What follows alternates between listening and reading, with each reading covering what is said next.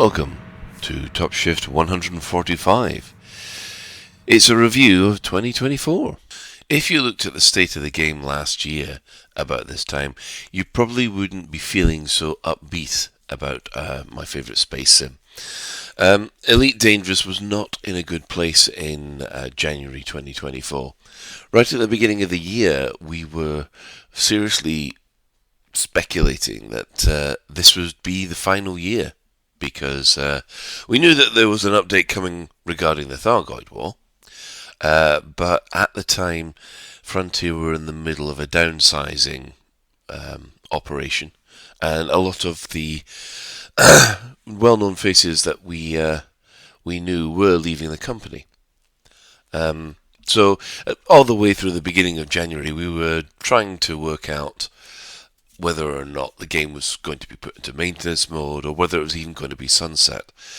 And then at the end of January, they had one of the new Frontier unlocked, which was really helpful because it showed that we were getting, well, we were supposed to get 3 major updates this year, and for the first time in 5 years, 4 new ships. Well, 4 variants of ships, which was a surprise, because we were all expecting the announcement to be, that's it, we're putting it all into maintenance mode, and that's the end of it. So yeah, that Frontier Unlocked really put a shot in the arm of a lot of the players, and we were quite surprised that the next update, update 18, that came out the next month in February. It was towards the end of the month, which, was kind of expected, but that gave us the Titan bombing gameplay, which, to be honest, was a real refresher. The main problem that had happened with the Thargoid War was ever since the introduction of the glaive. The glaive itself, the actual ship, really put a dampener on it, and it did turn a lot of players off. That and the repetitive nature of some of the game really did begin to feel that it was beginning to stagnate. Well, the fact that you could launch Guardian nanite torpedoes into the heat sinks and then blow up the major heat, the heat sink at the end, that actually gave it a real Death Star run feel, and the community really got hold of it. In March, we lost. Well, the Thargoid lost 3 Titans in one go, and the actual destruction of the Titan went down very well. So the community, they got their teeth around the bit and just went for it, which was great.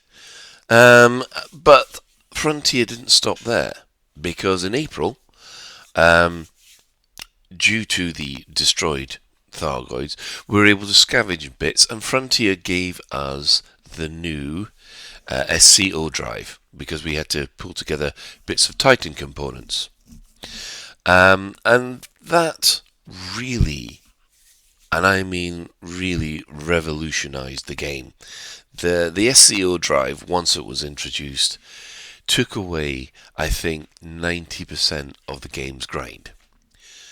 And people think I'm exaggerating with this, but the SCO drive, because what would normally take 10 minutes now takes 2, it gave access to a lot of gameplay that people weren't interested in.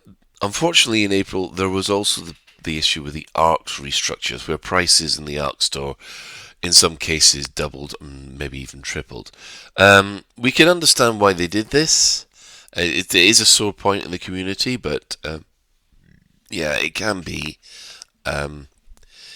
If you pay your ARCs, you pay £25, you get 25,000 ARCs.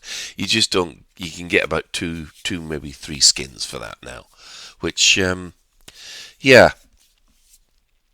It is what it is, I'm afraid to say. Don't think anybody's happy about it, but yeah. And then we got our first look at one of the new updates, which was going to be a revamp of Powerplay. This took, when it was announced in January, it took everybody by surprise.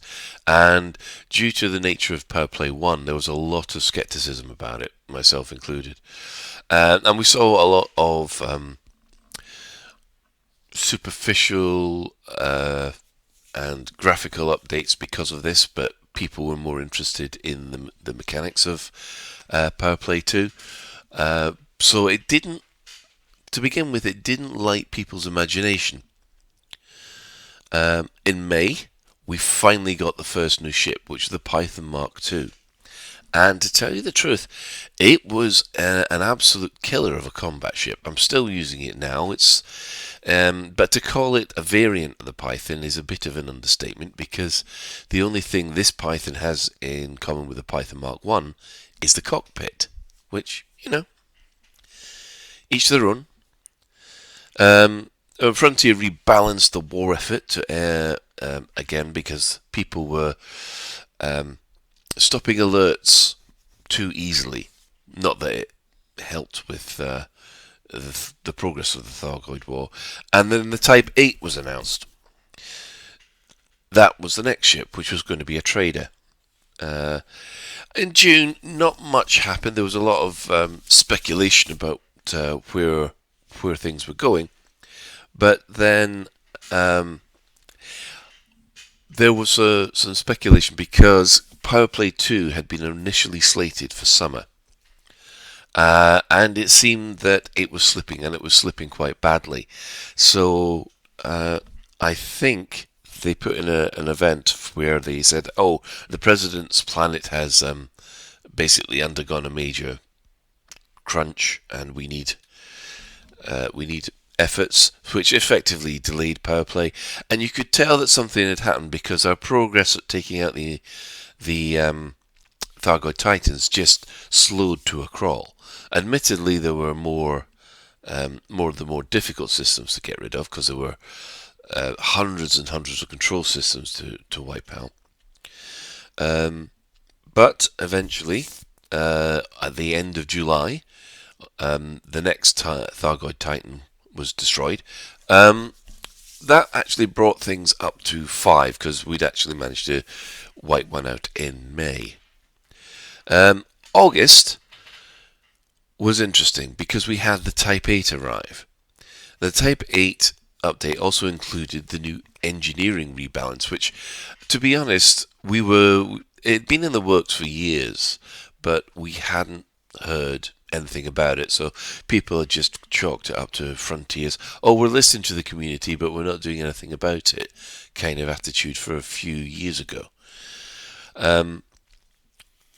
However, it must be said that the new Type 8 was a fantastic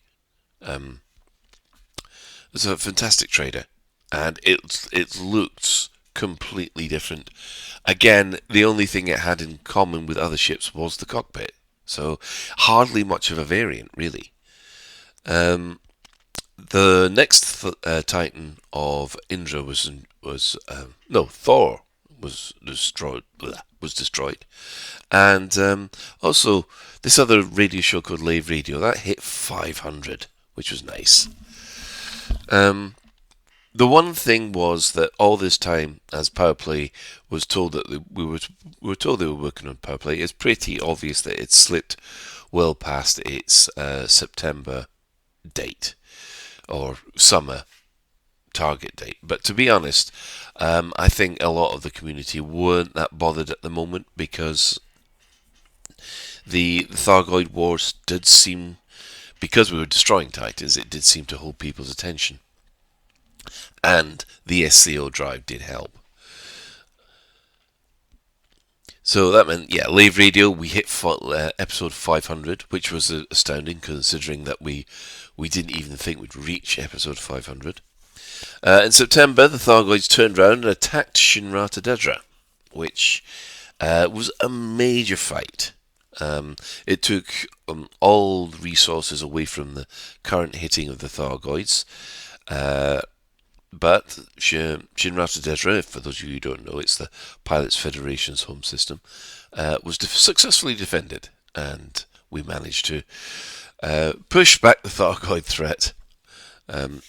So much so that in October, the next Thargoid Titan, Rajini, was destroyed.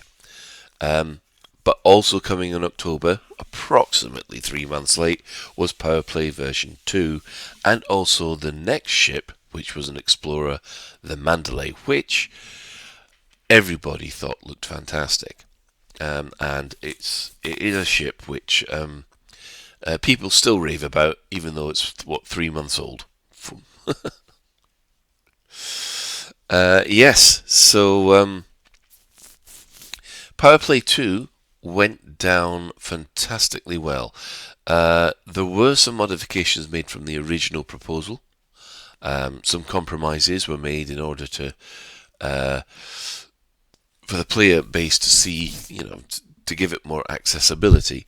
But despite the changes, the last minute changes they had to do, it has gone down, and player numbers have practically doubled since that update came through, which is always a good thing. And then the Cobra Mark V was announced as the next ship that came along, which got everybody excited. And then they explained what the next update, or what should have been the final update for this year, was and that was Colonization. This was the actual creation of brand new human systems going out into the black, which can be owned by players. Admittedly, not run by players, but you can actually create them and expand them, and you basically take a blank system, turn it into the kind of system you want, and then you let the BGS or the Powerplay come in and run it for you, which, it seems to be fine. The community have been very enthusiastic about it. In November, we have Kojo actually surprising us. This is the last Thargoid Titan. It jumped from where it was and then attacked Sol itself. So in December, it all kicked off in Sol and a lot of surrounding systems as well. And of course, the Thargoid was absolutely wiped out. And the final Thargoid destruction above Earth was a wonder to behold. And in addition to this, we had the Cobra Mark V, which came out, and to be honest, is now the new best small ship in the game. A multi-tasking and celebratory ship, because obviously in December it was Elite Dangerous's 10th anniversary, and 2024 has been Elite's 40th anniversary itself.